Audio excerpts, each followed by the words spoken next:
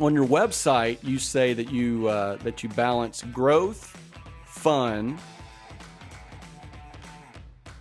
achievement, and that those are your values. I'm sorry, I was reading this wrong the way I wrote it, but that balance, growth, fun, and achievement are your values. Let me start over.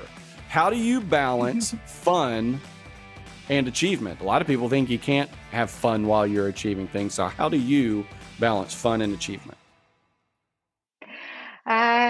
Well, for me, the fun part is very important, as it's really about enjoying the process. And as I've said, I really love people. And for me, everything that I am doing, irrespective of the industry it's always related to people. And I try to maximize their potential. So in this respect, I don't choose whether I focus on the process or the end result.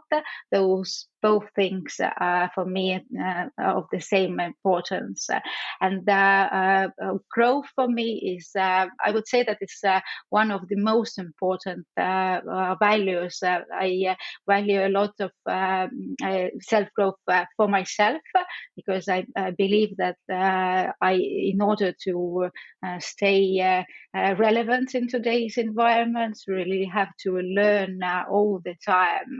And at the same time, I also enhance the growth and really maximizing the potential of people that they could have,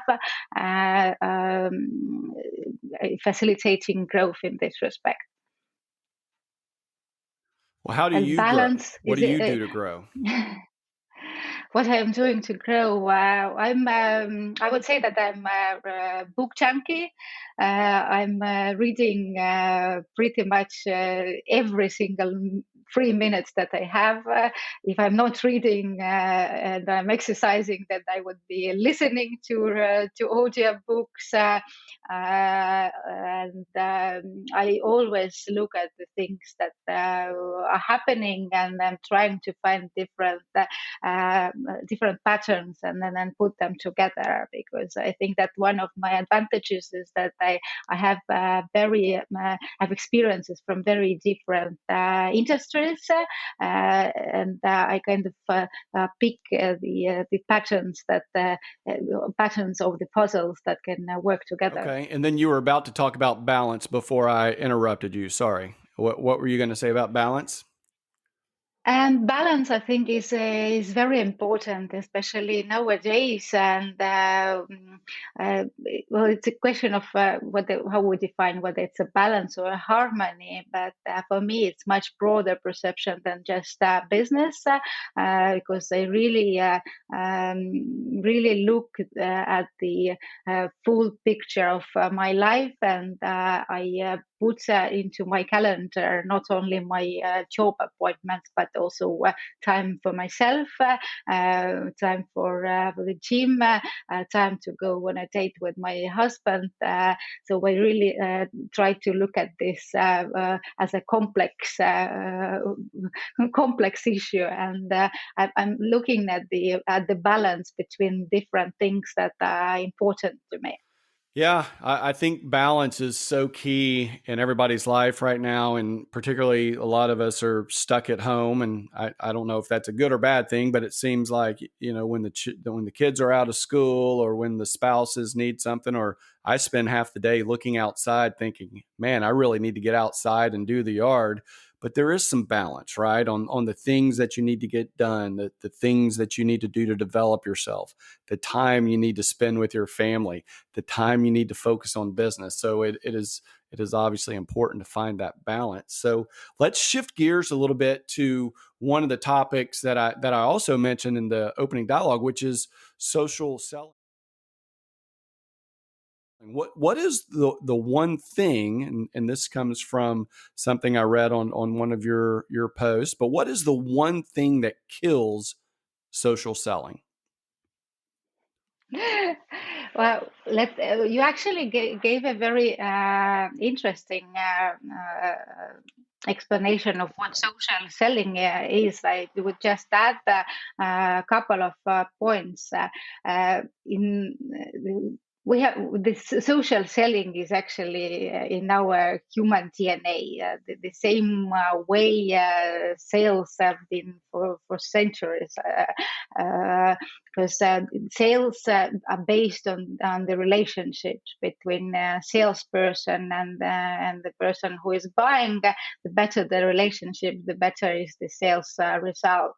So nowadays, because of the social media, a lot of this communication has moved online.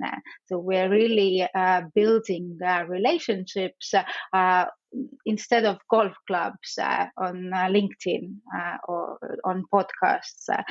But it's in essence, it's the same thing. Yeah, nowadays, we're talking a lot about content marketing. So it's communicating from one to many. But social selling is communicating one-on-one, and in social media terms, it's providing value to you so that you would start to like me, you will start to trust me. And what really kills the all of the efforts of social selling is really trying to sell from the very first moment. This advertising mentality that we see all over the place with banners popping up everywhere, but people are not really ready to buy at that point. Well, 3% of them might be ready, but majority of them Sure. could be potential buyers, but they are not really in this state.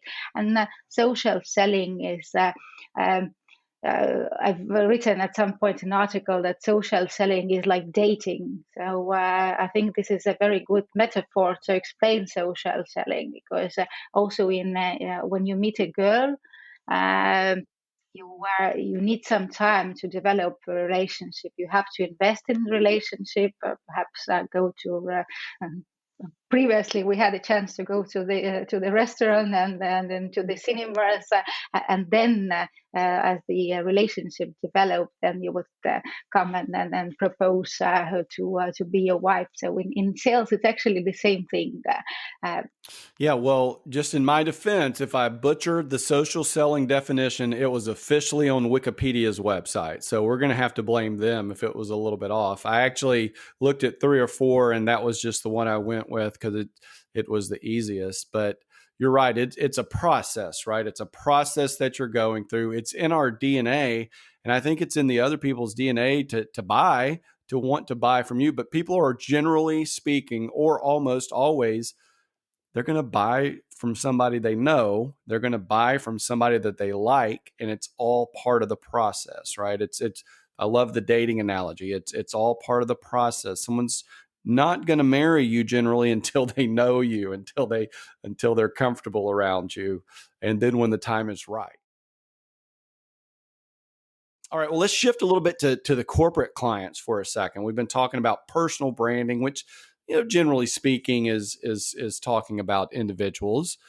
If I'm going, and let's talk about it from an entrepreneurial standpoint, maybe a startup. If I'm going into business today, March 3rd, which is the day we're recording this in 2021, how can I stand out? What can I strategically do to improve my chances for success from a branding strategy and social media strategy standpoint? Well, startups are actually doing pretty good job.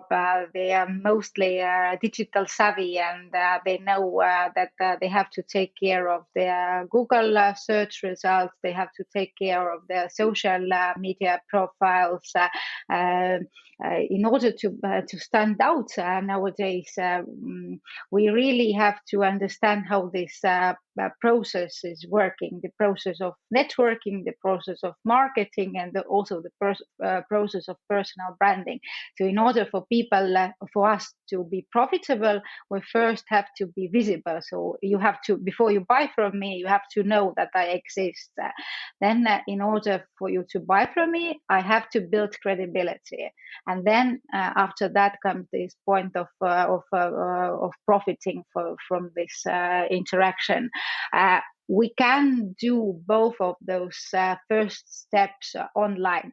we can create visibility, so we can choose the right channels. We have our niche audience. We can build their credibility, talking ourselves, making videos, making podcasts, creating posts. We can also involve third parties, going as a guest on other podcasts, writing to articles to the magazines and things like that. So really building this credibility and evolving this state of that I would understand that you're a thought leader. And nowadays it's much easier because people's attention span is very short. When we are searching for somebody online, we won't spend like more than 3 seconds on the profile. We read what we see and we believe this information. Well, if we don't have enough information and the competitor does, then we would not really go and try to figure out whether the person is good at what he's doing. We just simply block him. And working with companies, I see this almost daily, that you would have a very successful company, like physically. But if you look at what the presence do they have online, you really would get a feeling that there's just some guy with a dog working from the garage.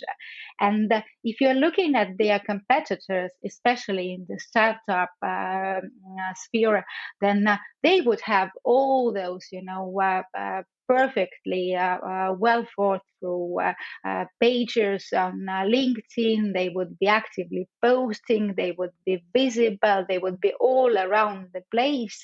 And this starts to affect the traditional businesses big time, because still last year it was possible to be successful without social media presence. Nowadays it becomes impossible.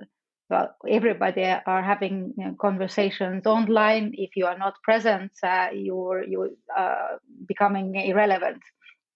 Yeah, it is that last part I really liked. It's impossible almost to do business or to put your brand out or to sell or to get new clients without some sort of social media strategy, and that is great. Let's talk about your book for a minute. The Brand Named You. What inspired you to write it? We've probably already covered some of it, but what inspired you to write it? And do we all have a brand? Seriously? We all have a brand? I think we've established that, but what inspired you to write the book? What inspired us to write the book were actually a lot of professionals whom we saw from different walks of life, who have a vast knowledge and then experience, but they are not sharing it. They don't know how to use social media. They are afraid of this exposure. They often think that personal branding is about bragging. So the reason why we wrote this book to try to fight this misconception about personal branding. And on another hand, we looked at very many different researchers on personal branding and books that are written on personal branding. And there was not a single book that would really give you a roadmap with step-by-step process that you do that, you answer to this question, you write your question down, and you will get really a strategy and also an action plan. So in a way, this book is a real workbook that you not only read, but you answer the questions. And sometimes those questions are quite tough because, as I've said, the foundation of personal brand is your DNA, your strengths, your superpowers, your values, who you are. And then what do you really want? And we are not really used to think about those questions. And we, all of us, actually have Yeah. personal brand.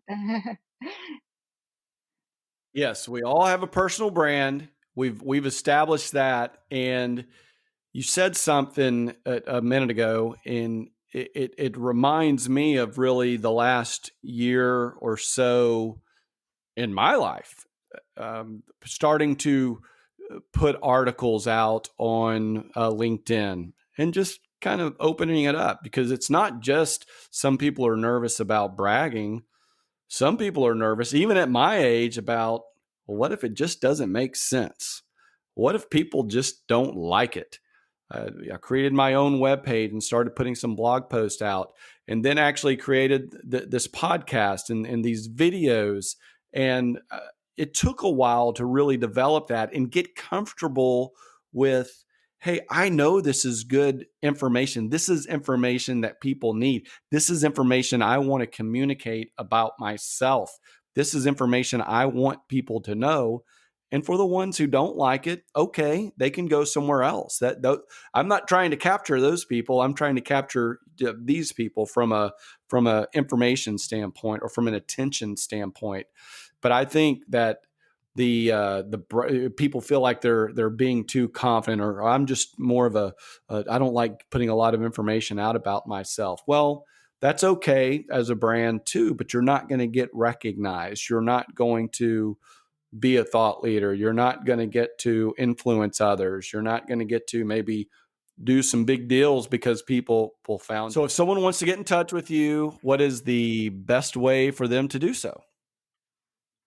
Well, the best way to do this is on LinkedIn. I'm the most active there at the moment. I'm writing about personal branding. You can find videos covering different topics around personal branding. And you can reach out through my website, which I hope Colin would put on on the screen. I Otherwise, will. I'll put it it's on the quite screen, and difficult. it's in the description too. Yes.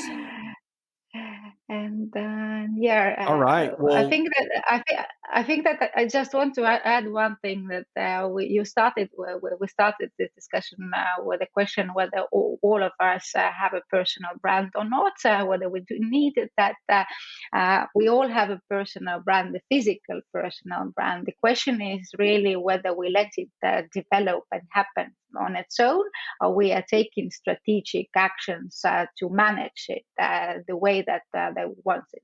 And but not all of us have a digital brand.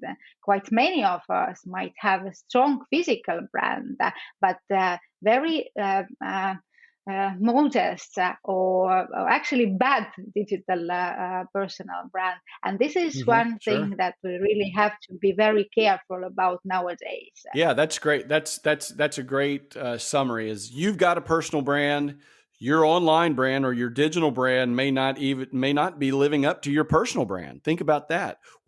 You certainly care, or most people care about the clothes they wear, or how, if their hair is brushed or whatever the case may be. Well, that if that's not communicated, not those things specifically, but if it's not communicated and carried out under your digital brand, people, you may miss the boat because people may miss you. Well, this has been great. I've appreciated getting to know you and our meeting a couple weeks ago, as well as talking today. I can frankly say that you're the first person that I've ever met from Estonia, so I can check that off my map list now of people that I know. And I've really enjoyed reading your website, and I've caught a few of the LinkedIn topics and posts too, and I'll continue to learn from those and grow with those. And for those who don't know, she's also on Instagram, LinkedIn, and then her website, as well as the book. So there's a lot of ways to get the information. There's a lot of ways to learn. And I want to encourage everyone to think about your personal brand. Think about your personal strategy. think about it corporately, even if we're talking about individually. What do you want others to think about you? If they have 3 seconds that they're spending on your profile, if they have 3 seconds that you're looking at, I don't know, a tweet that you've done or whatever the case may be, what do you want them to think about you? What do you want them to carry about you? And those things are important to everyone. If you think about it that way, it's very important to work on your personal brand. It's very important to carry that into your digital brand and to have that for the world to see as well. I want to thank everyone for joining us today. Please don't forget to like or subscribe or share the information. You can also visit my website, colinharbour.com, to get all of this information. I will be putting out a few blog posts over the next couple of weeks. And thank you to our guests. Thank you for this great information about personal branding, about corporate strategy, about social selling. And we will see you next time. And thank you very much. Thank you, and good luck with personal branding. Yes. Good luck, everybody. Thank you.